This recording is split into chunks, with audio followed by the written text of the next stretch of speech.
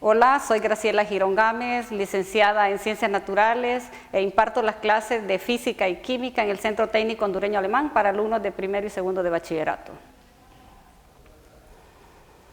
En esta polimedia vamos a desarrollar los objetivos, definir la magnitud físicas, escalares y vectoriales, representar gráficamente magnitudes vectoriales. Los contenidos conceptuales son magnitudes escalares y magnitudes vectoriales. Las magnitudes son cantidades físicas que usamos en la vida diaria. Por ejemplo, medimos las distancias entre dos ciudades, la distancia del centro educativo al colegio, medimos el tiempo de la clase, medimos el tiempo que tardamos en desplazarnos de un lugar a otro, medimos las masas de los cuerpos, el peso, la velocidad con que se desplaza el automóvil, la fuerza para levantar o para empujar un cuerpo. Por lo tanto, es muy importante conocer las distintas magnitudes e instrumentos de medida y las unidades respectivas en todos los sistemas de medidas que utilizamos.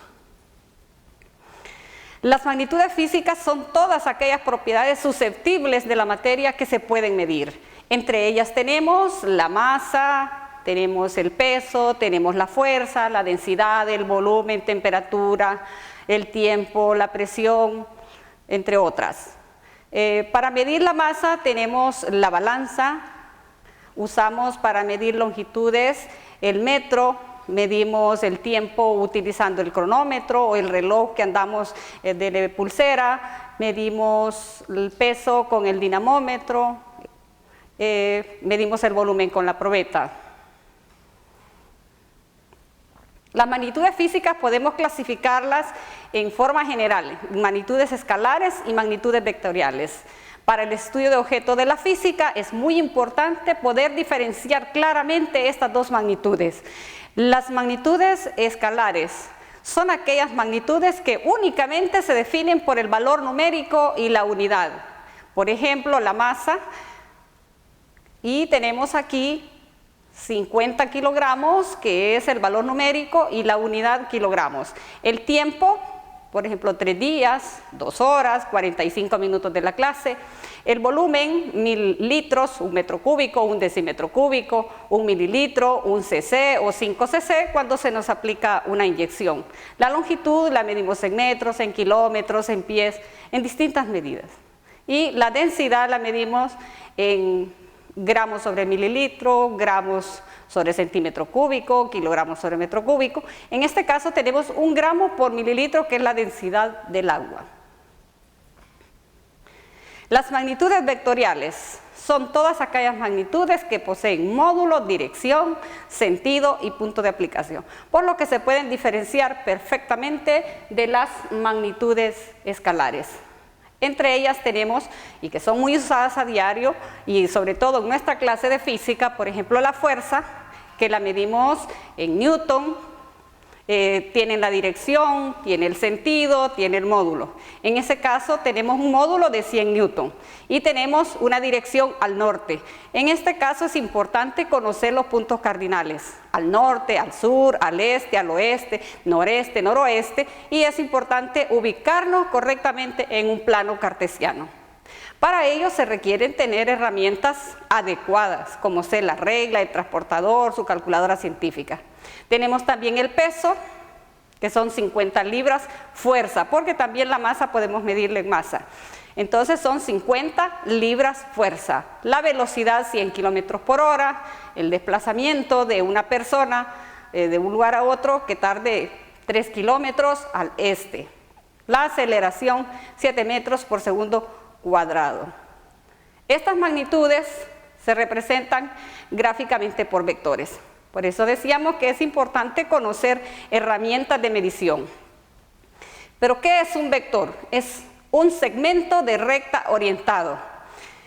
Aquí podemos observar en la gráfica lo que es un vector.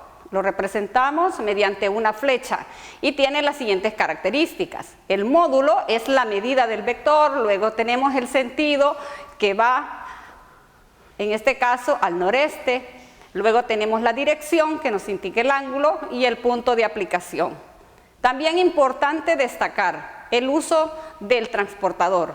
Para medir los ángulos debemos hacerlo en este sentido de este a oeste para usar correctamente el transportador y conocer el plano cartesiano y ubicarnos en cada uno de los cuadrantes.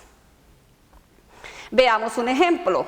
Una fuerza de 100 newton a 45 grados al noreste.